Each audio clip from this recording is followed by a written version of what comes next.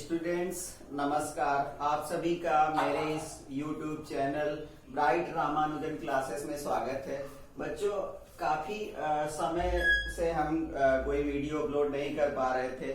जो हमने टारगेट बनाया था क्लास 12 बोर्ड एग्जाम के लिए इम्पोर्टेंट क्वेश्चन की सीरीज, उसमें मैंने कुछ क्वेश्चन नंबर 10 तक वीडियो अपलोड किए थे।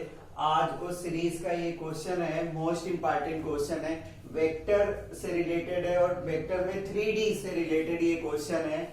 बच्चों, बहुत ही ज्यादा ये पूछे जाने वाला क्वेश्चन है बच्चों। आइए क्वेश्चन को देखते हैं और इसके बाद इसको कैसे सॉल्व करना है फिर उसको हम लोग समझते हैं।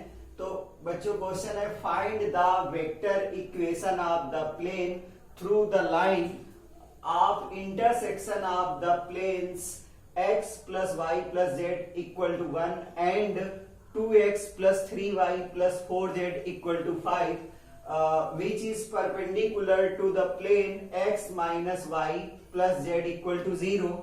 Hence find whether the plane thus obtained contains the line x plus 2 upon 5 equal to y minus 3 upon 4 equal to z upon 5 or not. तो बच्चों, पहले तो हम लोग को क्या करना है, पहले हम लोग को एक वेक्टर इक्वेशन की प्लेन का इक्वेशन फाइंड करना है और इसके बाद ये चेक करना है कि वो लाइन प्लेन पे है कि नहीं है। तो कंडीशन क्या है बच्चों की, दो प्लेन है, दो प्लेन क्या कर रहे हैं, इंटरसेक्ट कर रहे हैं। तो इन प्लेन्स के इंटरसेक्शन से एक प्लेन पास हो रहा है इस तरीके से, उसका इक्वेशन हमें फाइंड करना है। दो प्लेन है, प्लेन 1 2 और प्लेन 1 प्लेन 2 इंटरसेक्ट कर रहे हैं। तो इनके इंटरसेक्शन से एक थर्ड प्लेन है जो पास हो रहा है, उस प्लेन का इक्वेशन हमें फाइंड करना है। तो बच्चों देखिए कैसे हम लोग करेंगे। ये हम लोग बच्चों, हमें दो प्लेन दिए गए हैं। प्लेन 1 दिया गया है, प्लेन 1 दिया गया है, प्लेन 1 है x plus y plus z equal to 1 and plane 2 दिया गया है, प्लेन 2 है 2x plus 3y plus 4z equal to 5। दो बच्चों, इस तरीके से दो प्लेन है और ये प्लेन इंटरसेक्ट कर रहे हैं और इनके इंटरसेक्शन से एक प्लेन है, उसका इक्वेशन फाइंड करना है। तो बच्चों, किसी भी प्लेन का इक्वेशन अगर हम लिखना चाहते हैं वेक्टर फॉर्म में तो r dot n equal to d लिखते हैं। r vector dot n vector equal to d कोई स्केलर नंबर है, स्केलर है, रियल नंबर हो सकता है। r को हम लोग लिख सकते हैं xi plus Y J plus Z K cap dot normal है, इसको हम लोग लिख सकते हैं ai plus B J plus C K equal to d. तो बच्चों, ये अभी किसी भी प्लेन का वेक्टर इक्वेशन था। अब हमें उसका कार्टेशियन इक्वेशन निकालना है। तो ax plus B Y plus C z equal to d, ये उस वेक्टर इक्वेशन का, जो प्लेन का वेक्टर इक्वेशन था, वो उसका कार्टेशियन इक्वेशन हो गया। तो इस तरीके से हमें कार्टेशियन इक्वेशन टू प्लेन्स के दिए गए हैं। तो जिस तरीके से हमने वेक्टर इक्वेशन को कार्टेशियन में चेंज किया, तो हम कार्टेशियन को फिर से वेक्टर इक्वेशन में चेंज कर सकते हैं। तो बच्चों, इसको अगर हमें चेंज करना है तो हम क्या करेंगे, देखिए यहाँ पर a b c थे, तब ये ax plus B Y plus सी जेड हो गया। जब ये यहाँ पर a b c direction ratio थे प्लेन नॉर्मल के, तो वहां पर ये कार्टेशियन इक्वेशन हो गया ax plus B Y plus C z equal to d. तो इस तरीके से प्लेन 1 है, इसमें डायरेक्शन रेशियो का कोफिशिएंट जो है वो 1 1 है। तो इसको हम लोग लिख सकते हैं r वेक्टर डॉट 1 i और 1 यहाँ पर j और प्लस 1 यहाँ पर k cap equal to 1।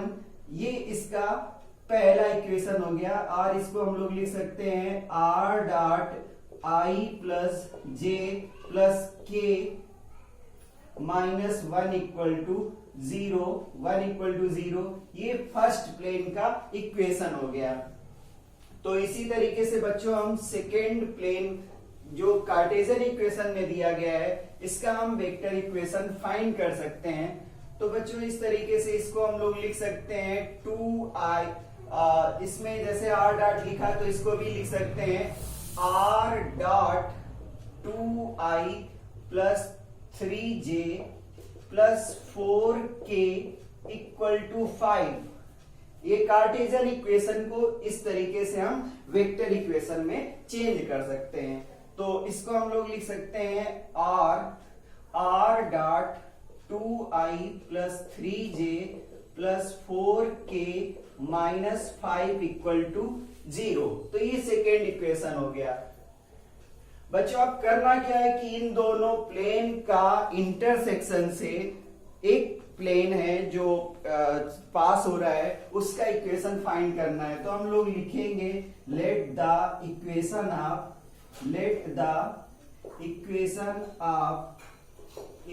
Of plane required plane कह दें, रिक्वायर्ड प्लेन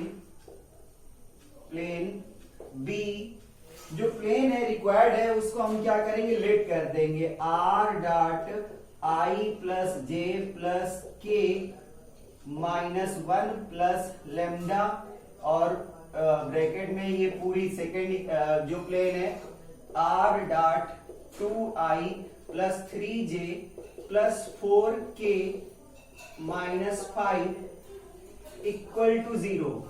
ये इक्वेशन नंबर थर्ड हो गई। बच्चों जब भी हमें दो प्लेन दिए रहेंगे और तीसरा प्लेन जो इनके इंटरसेक्शन से पास हो रहा है तो हम दो प्लेन को वेक्टर या स्केलर किसी भी फॉर्म में हम पहला प्लेन लिखेंगे प्लस लेमडा एक कोई स्केलर क्वांटिटी है, स्केलर नंबर है, उससे मल्टीप्लाई करा के सेकेंड प्लेन को इक्वल टू 0 पुट कर देते हैं। अब इसको अगर हमें और सिंप्लीफाई करें तो r dot i plus j plus k minus 1 plus lambda r dot 2i plus 3j plus 4k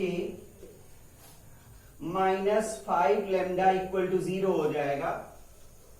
अब इसको हम एक साथ कर सकते हैं तो r dot i plus j plus k plus lambda r dot 2i plus 3j plus 4k और minus 1 minus 5 lambda equal to 0 हो जाएगा।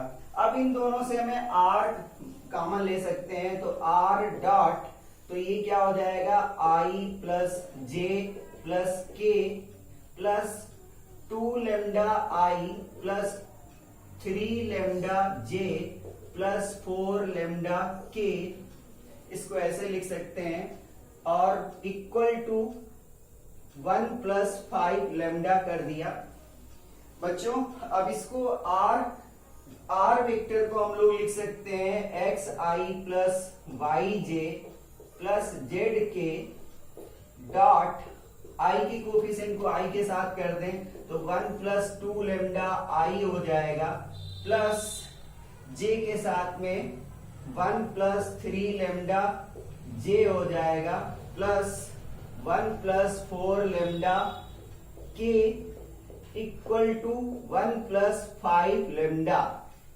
बच्चों ये इक्वेशन अगर हम इसको 4 लेट कर लें, समझ लीजिए दो प्लेन हमें दिए गए थे कार्टेशियन फॉर्म में, हमने क्या किया उनको वेक्टर फॉर्म में कन्वर्ट कर लिया, इजी है। और इसके बाद हमने पहले प्लेन को रखा प्लस लेमडा को स्केलर क्वांटिटी के साथ मल्टीप्लाई करा के इक्वल टू 0, मतलब जो हमें प्लेन चाहिए था उसको हमने ये लेट कर लिया। अब हमने क्या किया, जो r कॉमन था वो r को हमेशा जब भी r कोई पोजीशन वेक्टर होता है तो उसको हम xi yj और zk लेते हैं, और इसको सॉल्व करने से हमें ये इक्वेशन मिली।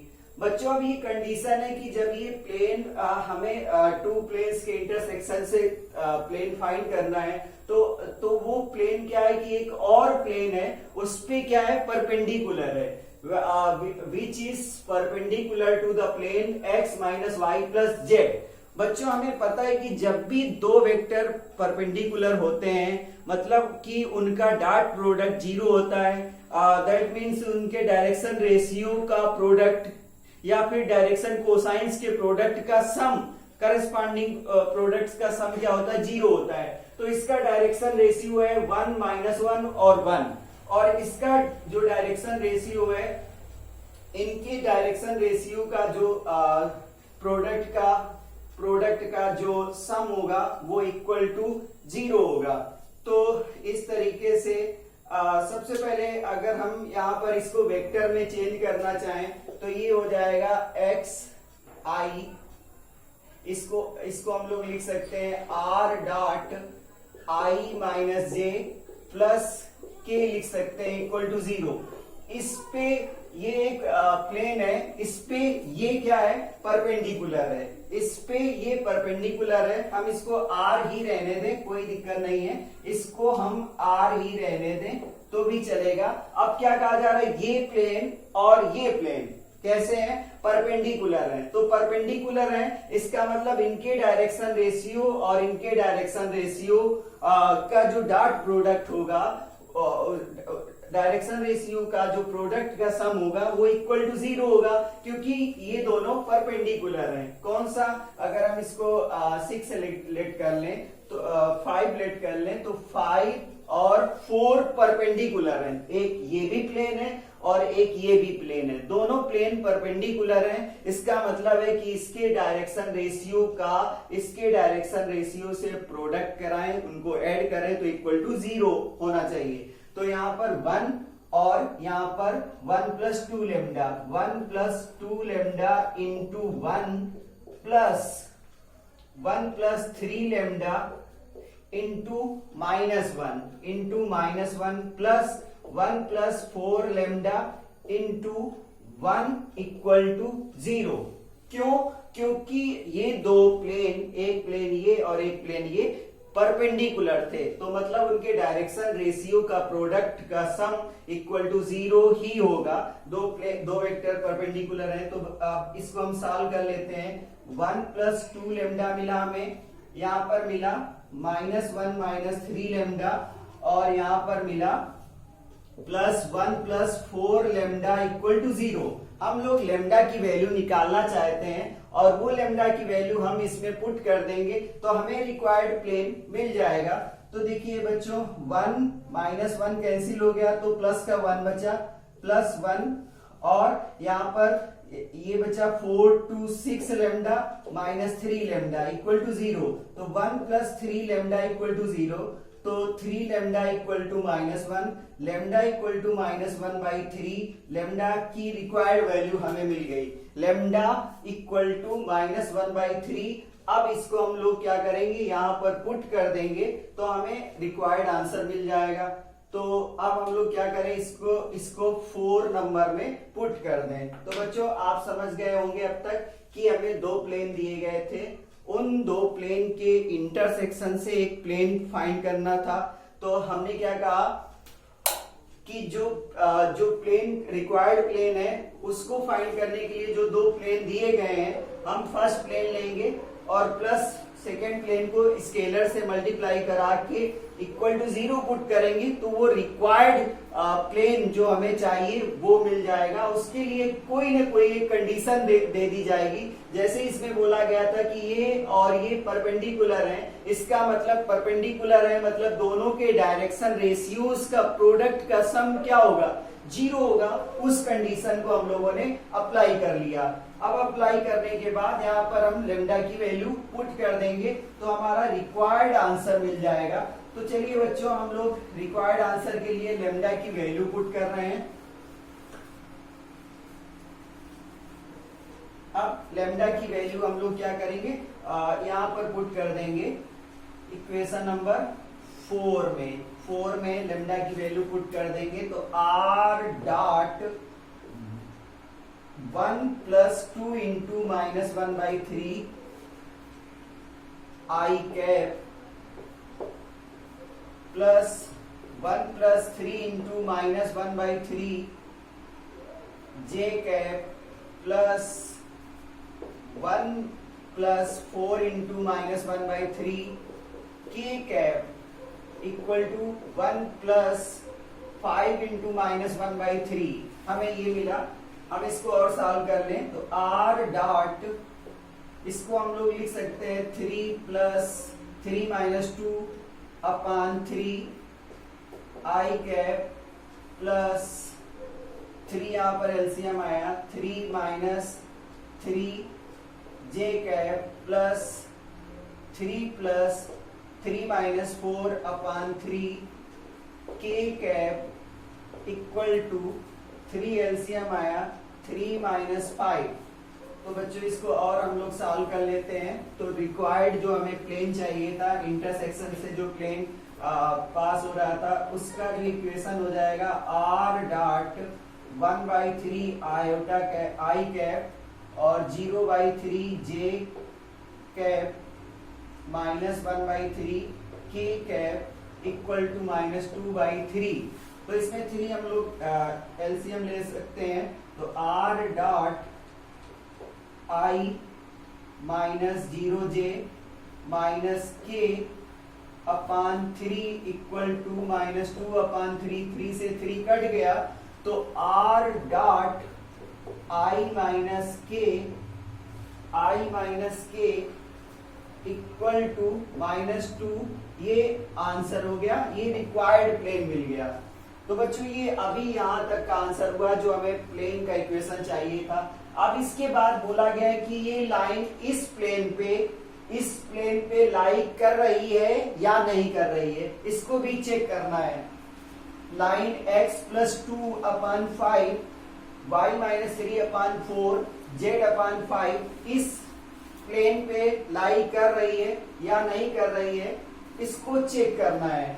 तो पहले बच्चों हम इसको कार्टेशियन इक्वेशन में चेंज कर लेते हैं। तो xi plus yj plus zk कर लेते हैं और i minus k equal to minus 2 कर लेते हैं कार्टेशियन इक्वेशन में। तो i का i से कराएंगे तो x मिल जाएगा, j यहाँ पर है नहीं तो j 0 हो जाएगा, k का k से कराएंगे तो x minus z equal to minus 2 हमें एक कार्टेशियन इक्वेशन मिला प्लेन का।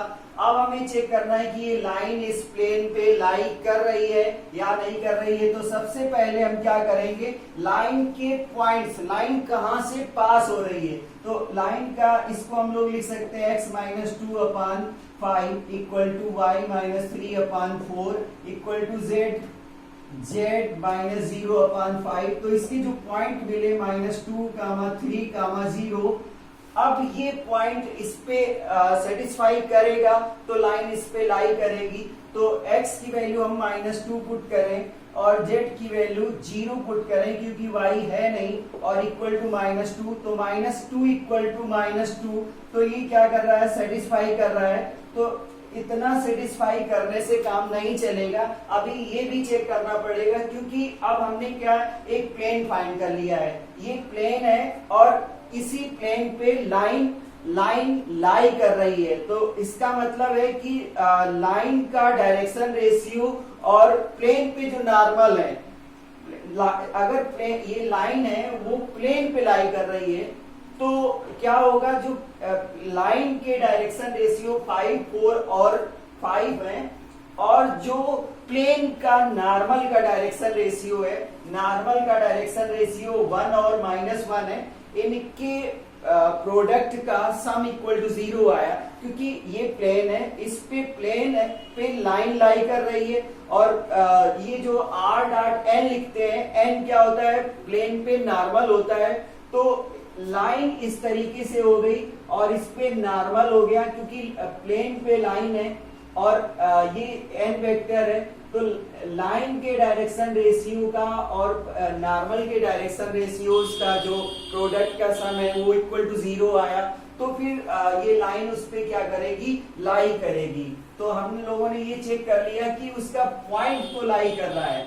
अब ये चेक करना चाहते हैं कि क्या वास्तव में जो लाइन का डायरेक्शन रेशियो है और जो प्लेन के नॉर्मल का डायरेक्शन रेशियो है उसका प्रोडक्ट का सम 0 है। तो प्लेन का जो डायरेक्शन रेशियो है 1 और इसका जो डायरेक्शन रेशियो है 5, और 0 यहाँ पर +4 × 0, क्योंकि वहां पर y है नहीं तो वो 0 हो जाएगा। उसको हम लोग लिख सकते थे x - 0y + z -2। तो इसका जो डायरेक्शन रेशियो है 1 0 और -1 है, और इनका डायरेक्शन रेशियो से प्रोडक्ट करा के अगर हमें 0 मिलता है तो हम बोल देंगे कि हाँ लाइन क्या कर रही है, उस पे लाई कर रही है। तो 5 × 1 + 4 × 0 + 5 × -1। अब ये हमें क्या मिला, 5 + 0 - 5 = 0 मिला। तो बच्चों लाइन क्या है, लाइन लाई ऑन प्लेन पे लाई कर रही है। तो बच्चों ये मोस्ट इंपॉर्टेंट क्वेश्चन था। इस तरीके के 5 मार्क्स के क्वेश्चन पूछे जाते हैं, और आप ट्राई करिए अच्छी तरीके से। अगर आपको कोई क्वेश्चन डाउट करता है तो आप कमेंट करें, और हम उस क्वेश्चन का आंसर जरूर देंगे। तो बच्चों इस तरीके से ये क्वेश्चन को हम लोग सॉल्व कर पाए। हमें लगता है कि आपको ये बहुत अच्छी तरीके से समझ में आ गया होगा। आपको कोई भी डाउट है तो आप कमेंट करें, और मेरे चैनल को शेयर करें, सब्सक्राइब करें, ताकि आप तक न्यू नोटिफिकेशन आती रहे और ज्यादा से ज्यादा लोग इस मेरे वीडियोस का लाभ ले सकें। Thank you. Have a nice day students. Please